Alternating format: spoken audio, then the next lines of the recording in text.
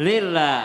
Alhamdulillah masih di Islam itu indah dan hari ini kita sedang membahas tema bisakah punya anak idaman dunia dan akhirat. Tepuk tangan jamaah. Masya Allah. Nah ini aku ada pertanyaan ini mewakili para bumil-bumil di luar sana ya jamaah yang di rumah. Dan aku mau bertanya sama Ustaz Syam, izin bertanya Ustaz, ada nggak ya doa supaya sebelum melahirkan ya para bumil jadi bisa memberikan keberkahan terlebih dahulu kepada sang anak gitu. Jadi biar anaknya nanti selalu mengingat Allah Subhanahu wa taala. Silakan Ustaz penjelasannya. Bismillahirrahmanirrahim. Jamaah yang dimuliakan Allah Subhanahu wa taala, guru-guru kami Habib Syawgi Ustaz Maulana dan seluruh guru-guru kami yang sedang menyaksikan Islam itu indah Al-Qur'an surah Al-Furqan ayat 74. A'udzu billahi minasy syaithanir rajim. والذين يقولون ربنا هب لنا من أزواجنا وذرياتنا قرة أعين وجعلنا للمتقين إماما أولئك يجزون الغرفة بما صبروا ويلقون فيها تحية وسلاما خالدين فيها حسنت مستقرا ومقاما. Ada doa yang begitu indah yang diajarkan untuk kita semua dari Allah Subhanahu wa taala yang turun kepada baginda Nabi besar Muhammad sallallahu alaihi wasallam sehingga sampai kepada kita semua sebagai umatnya baginda Nabi, yaitu ya Tuhan kami, Rabbana hablana, anugerahkan kepada kami. Ibu pernah dengar kata hibah? Hibah itu hadiah. Hadiah itu hanya untuk orang-orang spesial. Habe itu seakar kata dengan hibah. Habe itu berikan saya hadiah ya Allah. Hadiah apa? Hadiah spesial yang hanya engkau berikan untuk orang-orang spesial. Apa hadiah spesial tersebut? Min azwajina, pasangan kami. Apalagi? Wa dzurriyyatina, dan juga keturunan kami. Baik anak, cucu, cicit. Habis cicit apa Bu? Cucut. Habis cicitnya seterusnya menjadi apa? Qurrata a'yun, menjadi daripada penyejuk mata yang membuat kita mengeluarkan air mata bahagia melihatnya. Kita bahagia dengan ketawa itu kalah jauh dengan bahagia dengan air mata. Anak wisuda tahfiz 30 juz, bahagianya saking bahagia menetes air matanya. Ibu nonton Korea saking terharunya menetes air matanya, itu bahagia, itu qurrata a'yun namanya. Qurrata a'yunin wa ja'alna lil muttaqina imama, dan bantu kami menjadi imam bagi orang-orang yang bertakwa. Ini Al-Quran surah Al-Furqan ayat 74. Tapi kalau mau ditambah amalan lagi, ibu suka enggak lihat anak soleh? Suka enggak kalau anaknya soleh? Ada seorang suami, ketika dia menjadi seorang suami, dia selalu ngasih ke ibunya. Berarti si suami ini adalah anak soleh. Maka jangan pernah jengkel melihat suami ngasih ibunya. Kapan ada seorang istri jengkel melihat suaminya berbakti sama ibunya, maka Allah nggak akan kasih engkau anak soleh. Kenapa? Karena engkau jengkel melihat anak soleh. Engkau nggak akan dikasih anak soleh sama Allah. Orang dari awal dia jengkel melihat anak soleh. Subhanallah. Suami ibu sedang ngasih ke emaknya. Ibu dongkol. Maka Allah tahu nih orang nggak suka lihat anak soleh ya. Orang suaminya jadi anak soleh kok dia jengkel. Maka engkau tidak akan dikasih anak soleh pula. Karena engkau jengkel melihat seorang anak soleh, yaitu suamimu sendiri. Maka kalau engkau ingin anakmu menjadi anak yang soleh, kita pengen anak kita menjadi anak yang soleh, mari tunjukkan kepada Allah, ya Allah senang banget deh lihat anak soleh, maka senanglah ketika suami memberikan kepada ibunya, maka engkau akan dianugerahkan oleh Allah Subhanahu wa taala seorang anak yang soleh. Makanya ada ajaran orang tua kita, Neng kalau udah mau lahiran nanti minta maaf dulu sama emak. Neng, telepon emak sana, telepon mertua di kampung kalau mau lahiran. Kalau lagi hamil tuh telepon emak, telepon bapak, telepon mereka semua. Kenapa? Minta ridhonya. Itu menunjukkan engkau senang melihat anak yang soleh sehingga Allah memberikanmu anak soleh. Masya Allah. Jadi kalau semasa hamil ya lagi mengandung tuh susah-susah gampang ya. Jadi kita harus jaga hati, jaga pikiran nih ya. Benar, karena kan hormonnya ada yang bilang lagi bad mood, ada yang cemburu sama mertuanya sendiri, cemburu sama emaknya sendiri. Anaknya begitu nanti. Terima kasih Ustaz penjelasannya, tepuk tangan jamaah. Masya Allah. Ini jamaah yang di studio masih pada mau nanya enggak? Ya udah kalau gitu kita masuk lagi ya ke segmen Tanya Dong Ustadz. Kami semua tanya dong Ustaz. Ayo tunjuk tangan siapa yang mau nanya.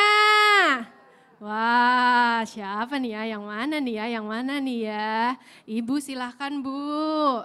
Ayo. Assalamualaikum warahmatullahi wabarakatuh. Waalaikumsalam warahmatullahi wabarakatuh. Perkenalkan, nama saya Ima Rusmiati dari Majelis Manaqib Sugih Jaya Pelabuhan Ratu. Masya Allah, Tangan dong. tepuk tangan. Tanya dong Pak Ustadz Maulana. Oh baiklah. Jadi apa mau tanya? Jadi apa mau nanya? Walaupun anak kita sudah dewasa, Anak kita, anak ibu aja deh. Mulai ke depan. Masya Bos. Allah. walaupun anak sudah dewasa, tetapi sebagai orang tua kita mau mendoakan agar anak kita menjadi kepala keluarga yang baik dan amanah. Bagaimana amalannya Pak Ustadz? Apa amalannya? Iya, Mau tahu? mau tahu. Iya. Terima kasih. Wassalamualaikum warahmatullahi wabarakatuh. Waalaikumsalam warahmatullahi wabarakatuh. Masya Allah, terima kasih Bu. Silakan Ustadz penjelasannya. Singkat penjelasannya izin Habib Songki, Ustaz Sams, dan semuanya guru-guru dimanapun berada. Bukan berarti kami yang di sini lebih pintar daripada jamaah yang di rumah. Karena anak saya masih kecil-kecil. 14, 12, 10 tahun, 8 tahun. Masih kecil-kecil. Dan Alhamdulillah anak-anak saya sudah bisa jualan sendiri. Kerja, dia suka tuh. Satu hal buat seorang orang tua. Amalan apa yang harus diperlihatkan adalah perlihatkan tanggung jawab. Kalau anaknya mau supaya mampu mendapatkan amanah, ajarkan tanggung jawab. Utamanya contoh. Jadi contoh dulu ya, contoh ya, keteladanan ya. Kemudian isi anak dengan, ingat, sesuai usianya. 1 sampai 7 anak itu bagikan raja dan ratu. Sini nak, sini sayang. Itu. 7 sampai 14 anak itu bagikan tawanan. Maksudnya apa? Sudah dikasih kedisiplinan. Harus belajar, harus kursus. Jadi semua ada kegiatannya. Kemudian 14 ke 21 disitulah kita bagikan kawan sama anak-anak kita. Bisa kita berdiskusi dan sebagainya. Kemudian jatah untuk apa? Supaya anak itu bisa jadikan gini kan. Urutannya kan gini. Sidik, amanah, fatana, tablik. Itu susunannya. 10 tahun itu usia jujur. 10 ke 20 itu usia amanah. 20 ke 30 usia cerdas. Bisa menyelesaikan persoalan. Kemudian 30 ke 40 itu usia fatana. Tablik. Tablik. Bagaimana bisa ibaratnya menyampaikan. Dari sini sosok orang tua jangan terlalu dipaksakan anak. Tapi ikutkan dulu secara usianya. Iya, Itu betul. keteladanan yang paling penting. Apa itu? 3 sifat orang tua yang harus dilakukan Oleh ya. seorang ayah kepada anak-anaknya. Apa tuh? Tuh, Mau 2, tahu? 3. Mau tahu? Mau tahu? Mau tahu? Mau tahu? Apa tuh? Ayah harus tanggung jawab nafkah. Ayah Oh. harus memberikan apa tuh? Pendidikan. Kemudian Pendidikan. perlindungan. Nafkah, Nafkah, pendidikan, pendidikan, perlindungan. Masya Allah. Terima kasih Ustaz Maulana. Sudah cukup jelas ya Ibu? Kalau kurang jelas bisa tanya langsung sebelah ya. Iya Masya Allah. Siapa lagi nih yang mau bertanya? Tunjuk tangannya. Ya di sebelah sini lagi. Assalamualaikum warahmatullahi wabarakatuh. Waalaikumsalam warahmatullahi wabarakatuh. Nama saya Ibu Imas Alawiyah dari Masjid Jamaah Majelis Jamaah Manaqib Sugih Jaya. Ibu kacamatanya bagus loh. Kenapa ibu nggak pakai? Nanti kalau udah silau ya Ustadz ya. Masya Allah. Silakan Bu, silakan Bu. Ustadz mau bertanya dong. Menginspirasi buat anak saya dan semuanya buat jadi contoh baik teladan. Kebaikan sebagai orang tua bisa menjadi contoh lebih baik, Bib. Terima kasih. Masya Allah. Ya, turun. Assalamualaikum warahmatullahi wabarakatuh. Waalaikumsalam warahmatullahi wabarakatuh. Habib, silakan Siap. ceritakan kisah Nabi yang menginspirasi. Silakan Bib. Kisah yang sangat menarik yang bisa jadi pelajaran untuk kita mendidik anak-anak kita adalah kisah baginda Nabi Muhammad SAW saat beliau SAW mendidik anak-anak beliau, mendidik cucu-cucu beliau, dan kita lihat bagaimana kisah beliau SAW, ya, kasih sayangnya yang luar biasa terhadap anak-anak. Ya, bahasa kita tuh bocil, bocah kecil. Ya, kita sebagai orang tua jangan galak-galak banget sama kita punya anak. Galak boleh, tegas boleh, tapi jangan lupa biar punya rahmat, kasih sayang sama anak. Ya, Nabi Muhammad tegas banget sama anaknya. Sampai pernah kita dengar kisahnya, Nabi Muhammad pernah bilang, seandainya saya punya putri Fatimah, kalau misalkan dia mencuri, saya bakal potong dia punya tangan. Walaupun kita tahu tidak mungkin terjadi pada sosok Sayyidah Fatimah, putri baginda Nabi Muhammad SAW mencuri. Tapi Nabi nunjukin, nggak pilih kasih, nggak tebang pilih kepada siapapun. Anak sekalipun kalau mencuri bakal dipotong tangannya sama Nabi Muhammad Sallallahu Alaihi Wasallam. Nabi Muhammad sebaik-baiknya panutan. Beliau tegas, tapi di sisi lain rahmatnya beliau, kasih sayangnya beliau. Beliau menjadikan ya teman yang terbaik buat anak-anaknya. Kita juga berusaha bagaimana caranya kita jadi teman yang baik buat anak kita. Sebisa mungkin kita dekat sama kita punya anak. Jadi kalau misalkan itu anak punya masalah, itu anak curhat sama kita sebagai orang tua. Bukan malah curhat sama orang lain. Jadi teman curhat buat anak kita. Ya, jadi sahabat buat anak kita. Ya, Nabi Muhammad itu ketika datang ke rumah Sayyidah Fatimah berdiri. Nabi Muhammad mencium keningnya, Sayyidah Fatimah mencium keningnya Nabi. Kemudian Nabi juga mencium keningnya Sayyidah Fatimah, saling berpelukan. Ini luar biasa, ya, kasih sayang, pendidikan yang dicontohkan oleh Habibuna Muhammad Sallallahu Alaihi Wasallam. Juga pernah dikisahkan Nabi Muhammad suatu hari sujudnya lama banget. Sampai para sahabat yang jadi makmumnya Nabi saat itu nyangka Nabi Muhammad sudah wafat. Sebab saking lamanya Nabi sujud saat itu. Setelah sholat, para sahabat yang jadi makmum nanya, ya Rasulullah, tumben-tumbenan ini sujudnya lama betul. Kenapa ya Rasulullah kau panjangkan sujudmu? Iya, tadi pada saat sujud saya punya cucu Husain sedang berada di pundak saya. Masya Allah, Sayyidina Husain sedang ada di pundaknya Nabi Muhammad SAW. Jadi Nabi memanjangkan sujudnya. Pernah juga suatu hari ya Nabi itu jadi mobil-mobilan buat cucu-cucunya. Ya, Nabi merangkak, kemudian Sayyidina Hasan, Sayyidina Husain itu duduk di atas pundaknya Nabi. Kemudian sahabat yang melihat kayak begitu, dia ngelihat, Masya Allah, sebaik-baiknya kendaraan adalah kendaraanmu, wahai Hasan sama Husain. Karena lagi duduk di atas pundaknya Nabi Muhammad SAW. Nabi Muhammad ngedengar ini sahabat bilang kayak begitu, beliau juga membesarkan hati cucu-cucunya, dan sebaik-baiknya penumpang Hasan dan Husain, ya, dua pemuda pemimpin nanti kelak di sorga.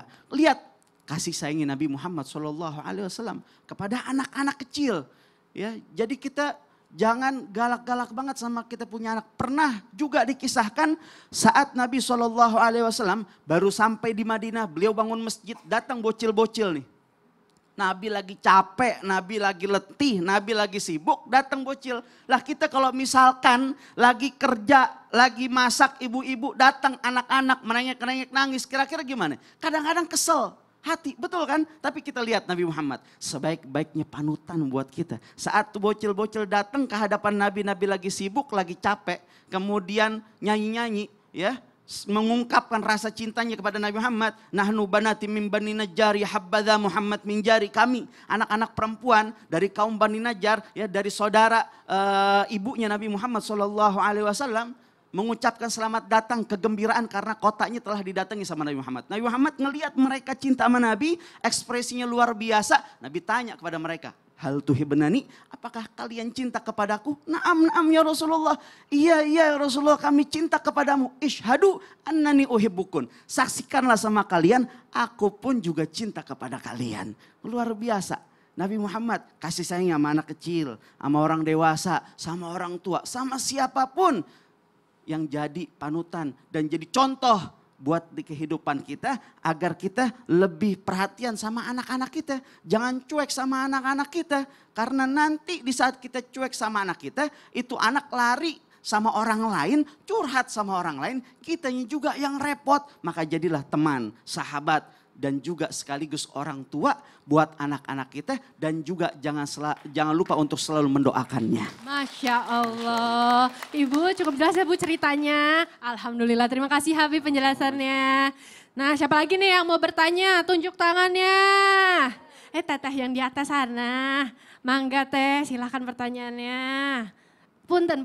Ya, punten. Nah. Assalamualaikum. Waalaikumsalam. Akan masuk. Tanya dong Ustadz. Iya. Perkenalkan, nama saya Tasya Firda dari Jamaah Manakib Sugih Jaya, Palabuhan Ratu. Tepuk tangan jamaah. Silakan Untuk teh. Ustadz Syam. Oh ya. Oh siap teh. Bagaimana Ustadz dengan orang tua yang memberitahu anaknya dengan cara santai dan anaknya jadi meremehkan orang tuanya. Tapi kan kalau misalkan orang tua galak gitu ya ke anaknya kan gak boleh juga gitu. Apakah ada doa yang bisa membuat anak lemah lembut kepada orang tuanya Ustadz? Terima kasih. Wassalamualaikum warahmatullahi wabarakatuh. Waalaikumsalam warahmatullahi wabarakatuh. Masya Allah. Gimana tuh ya kalau kita baik-baik yang ada malah direndahin. Kalau galak juga nggak boleh. Gimana tuh ya? Silakan Ustaz. Bismillahirrahmanirrahim. Guru-guruku yang dimuliakan Allah Subhanahu wa taala, jamaah, mari kita buka Al-Qur'an surah Asy-Syura ayat 19.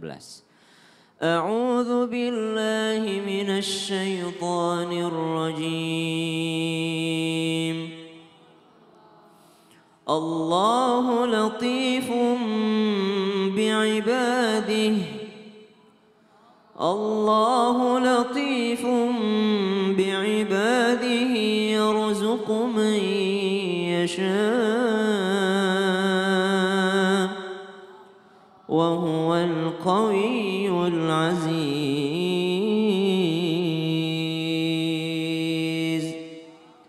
Allah itu latif, maha lembut terhadap hamba-hambanya. Dia memberi rezeki kepada siapapun yang dia kehendaki. Tapi ingat, Allah juga maha kuat, maha perkasa. Artinya Allah sanggup menyiksa hambanya. Tapi Allah lebih memilih berlemah lembut terhadap hambanya. Sama dengan Nabi SAW. Nabi Muhammad SAW sanggup membalas perbuatan-perbuatan zalim yang dilakukan orang-orang kafir pada saat itu. Tapi Nabi SAW lebih memilih berakhlak mulia, berlemah lembut terhadap mereka. Walau kunta fadlan ghalidhal qalbi lam faddu min haulik. Kalau seandainya pada saat itu Nabi SAW berkeras hatinya, kemudian berlaku kasar terhadap mereka, tentu saja mereka berpaling daripada baginda Nabi Muhammad SAW. Kita ini pengen nanamin cinta ya Bu ya. Kita pengen mengajar anak-anak dengan cinta dan kasih sayang. Ajaran Islam seperti itu. Innallaha rafiqun yuhibbur rifqa. Sungguh Allah itu lemah lembut dan sangat mencintai kelemah lembutan. Siapa yang dikaruniai kelemah lembutan, maka akan dikaruniai kebaikan. Tapi ya siapa yang dikaruniai ataupun dia memiliki sifat kasar, maka susah kebaikan untuk dirinya. Maka berlakulah kita lemah lembut terhadap anak-anak kita. Bukan berarti ketika lemah lembut, anak-anak tersebut menjadi durhaka kepada kita. Tidak, ada orang mungkin santai, santainya ini ngejek. Santai sih tapi ngejek, subhanallah. Ada orang santai, tidak dipedulikan sama anak-anaknya karena memang tidak berbobot apa yang disampaikan kepada anak-anaknya. Maka wajib bagi kita orang tua belajar. Wajib bagi kita orang tua menimbah ilmu tanpa bermaksud menggurui ataupun mengajari. Anak-anak kita Bu zaman sekarang ini cerdas-cerdas. Pinter-pinter, kita nggak bisa lagi pakai modal. Saya itu orang tuamu ya, saya lebih tahu daripada kamu. Nggak bisa lagi pakai modal itu. Kenapa? Mereka kadang-kala taunya bukan dari orang tua, dari internet. Udah banyak ilmu di sana. Maka wajib kita para orang tua untuk menimbah ilmu yang lebih banyak lagi. Dan berdoa. Bagaimana cara berdoanya? Tadi kita diajarin dalam ayat ini ada nama Allah, yaitu Latif.